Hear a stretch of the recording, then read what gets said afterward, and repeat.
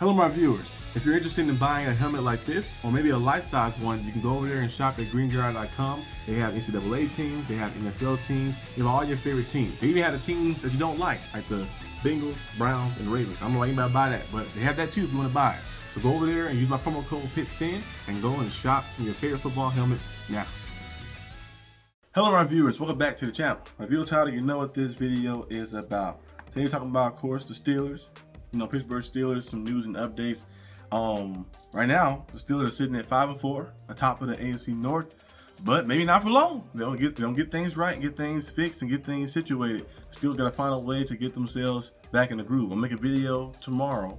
Well, I'm gonna get probably today, but it'll be for tomorrow about some adjustments like that we need to make, like that to get ourselves back on track. But today I want to talk about the news and updates. As you guys know, Asante Samuel's supposed to visit the Steelers, I believe tomorrow, if I'm not mistaken. He visited 49ers today. I think he visited the 49ers, the Panthers, and other teams as well like that so far. But the 49ers one, he visited them, I think, was today or yesterday, something like that. But he's visited a lot of different teams, of course, and he's supposed to visit the Steelers tomorrow. So hopefully he stays in Pittsburgh. Because the one pitch we have for him, you will be the starter. You and JPJ will be the starter. I think you will be the starter most likely, because there's nobody else behind you that would be better to put out there. So you're gonna be the starter, and you will get a lot of opportunities, of course, as well like that. So that right there is one pitch you can give them. We top of the North right now. We need one little spark. You coming in right here, you can help us out a lot. That's one pitch you can give them right there.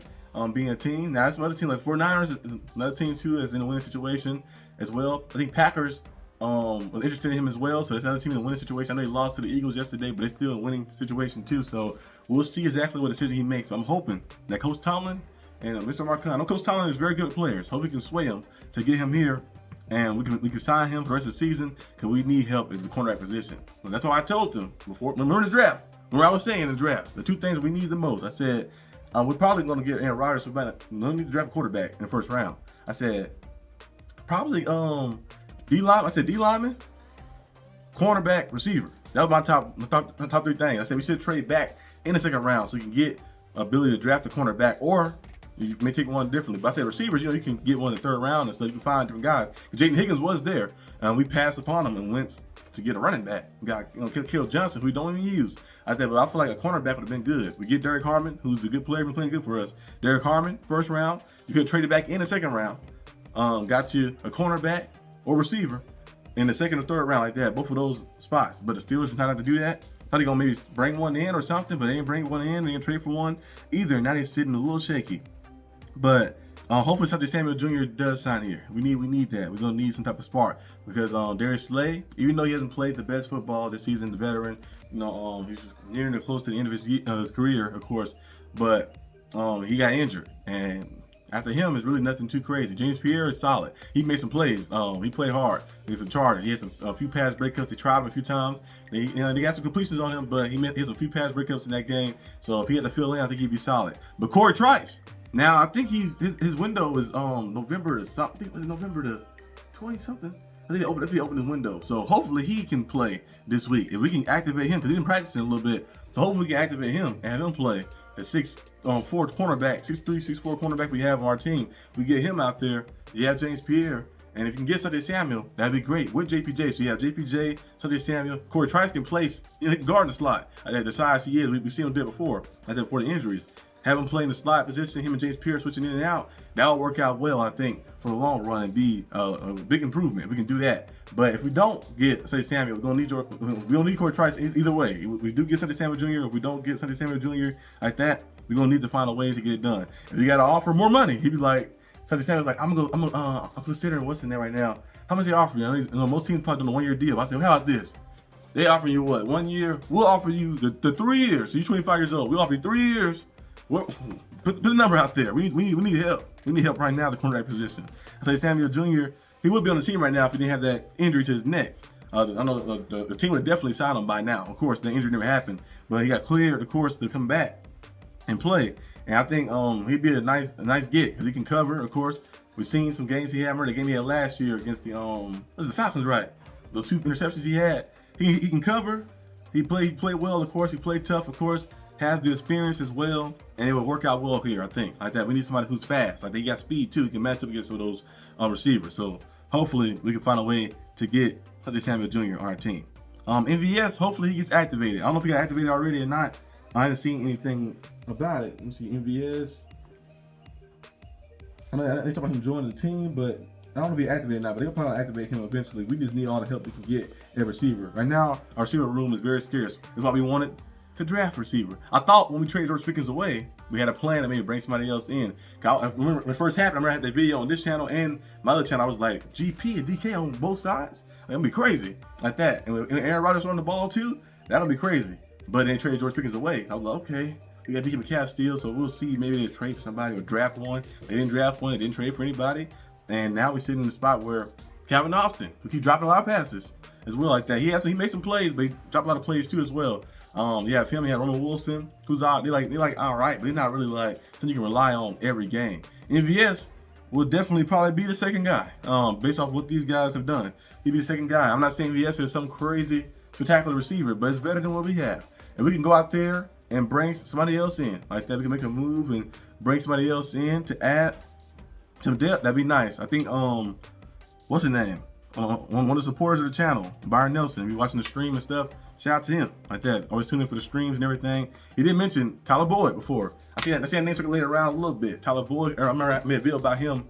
I think early in the season, I was talking about Tyler Boyd. In the offseason, I said, so Steelers look to sign Tyler Boyd, bring him in for the depth and stuff like that. I was like, well, maybe. But now, the way our team is looking right now, like, you can't bring him in because he can play in the slot. And he'll be a valuable target, I think a solid target, of course. And he wants to be in Pittsburgh. He wanted the Pittsburgh Steelers to draft him, and he wanted to get signed to Pittsburgh Steelers this past offseason as well. And it didn't happen. So hopefully they make a move or do something to bring some more talent in just to get more weapons out there, more reliable targets. I'm not saying these guys are going to be spectacular or destructive or forces or anything, but it'd be better than what you have like that. Instead of being down here, maybe it'd be right here or something like that. We'll see. But one Thornhill did get cut, of course. We've seen that happen. Coach Tomlin talked about it today in the Tomlin Tuesday press conference. He said that his play wasn't there. Basically what he said, which is understandable. Because Chuck Clark and one Thornhill haven't been playing too good. Jabril Peppers has been out the past few games. I hope he does come back so he can play this game. And Cole Holcomb, we're gonna need him as well like that. Especially on some of those running downs and stuff as well. We need Cole Holcomb back as well. So we can get those guys back, that'd be good. But the injuries, of course, in secondary have been the main thing that's been happening. So we'll see what happens. But when Thornhill got cut, of course, we do have Derek Forrest. So he plays safety. So they could get him ready, of course, as well. They time to the practice squad, move him up. If Corey Trice is able to get activated, you move him up as well. You have Jalen Ramsey playing free safety full time, which he's been loving, I think, as well. But you got to get him a little closer in the action. You got to be closer in the action, be closer up there like that. Because I feel like the reason we lost to the Bengals the first time because the offense defense kind of played a little soft off. So your pass rush can't get there. They got there only a few times in the second half, but the pass rush can't get there because you play so far off. Jamar Chase is right here, and he got like 8 yards. Darius Slay is about 8-9 yards off of him. So Joe Flacco, a veteran quarterback, he's gonna get it and gonna throw it to him. We know how fast Jamar Chase is and how explosive Jamar Chase is. He'll catch it and he just go like that. And that's about 7-8 yards. And usually he'll make a move and get out there like that. And then you start kind of messing your flow up. But then you start doing that. What about that? You start running the ball on you. So in this game we play the Bengals. I'm gonna break it down once the game preview comes. You gotta stop the run first. Stop the run is the main thing. And when you make them one-dimensional, and then you also want to keep your guys engaged up. Have Jalen Ramsey up there engaged up at safety. Have all those guys up engaged up. Have everything bunched up so they can't force the ball out fast. They actually have to run a route like that and give you time for your pass rush to get there. We know our pass rush can't get there. So we'll see what happens, but I'm going to break that down later this week. But yeah, the only injury I've seen that was, of course, Darius Slay's concussion. He got hit twice by Kyle Duggar and Jalen Ramsey. Jalen Ramsey hit him, and it was accidental hits, of course. Like he was trying to go for a tackle, he got hit twice, and boom, they got knocked down and stuff and had concussion. And then you look at, of course, Joey Porter Jr. He hurt his wrist, but he should be able to play because he don't use his hands anyway to catch. He dropped so many interceptions. He dropped one against the Chargers as well. He literally jumped the route. He's seen Justin Herbert was doing. He jumped the route, hit his hands up to catch it, and dropped it. Like, oh no. He can't catch anything anyway, so he don't need his hands. So if his wrist sprained or broken, he probably still plays. Tape it up because he don't catch anyway like that. So we just have him out there, still playing and covering. He's a pretty good cornerback, but he could be an even better cornerback. Take the ball away. The great cornerbacks take the ball away. The Darrell Greens, the Deion Sanders, the Rod Woodsons, the Darrelle Revis, the top cornerbacks in the league like that are some of the best, and some Hall of Famer type cornerbacks, they took the ball away. Of course, they were able to get stops and stuff. But when people threw the ball their way, they took it away. That's how teams start throwing the ball that way. So once Joe Burrow Jr. started doing that and getting that, he get more respect out there from the opposing team, because opposing teams like, okay, he can break it up, but a breakup not going to stop a quarterback confidence like that. Like, oh, he's not really picking the ball off, he can't really catch. So you got to be able to take the ball away to set yourself apart from the rest of the bunch. So hopefully he develops to that one day. But yeah, that's basically all I have for this video. Get some updates on the Steelers, of course, and some little news as well. But we'll see exactly what happens. Hopefully the Steelers can find a way to bounce back this week against the Bengals. Joe Burrow, they said it might return.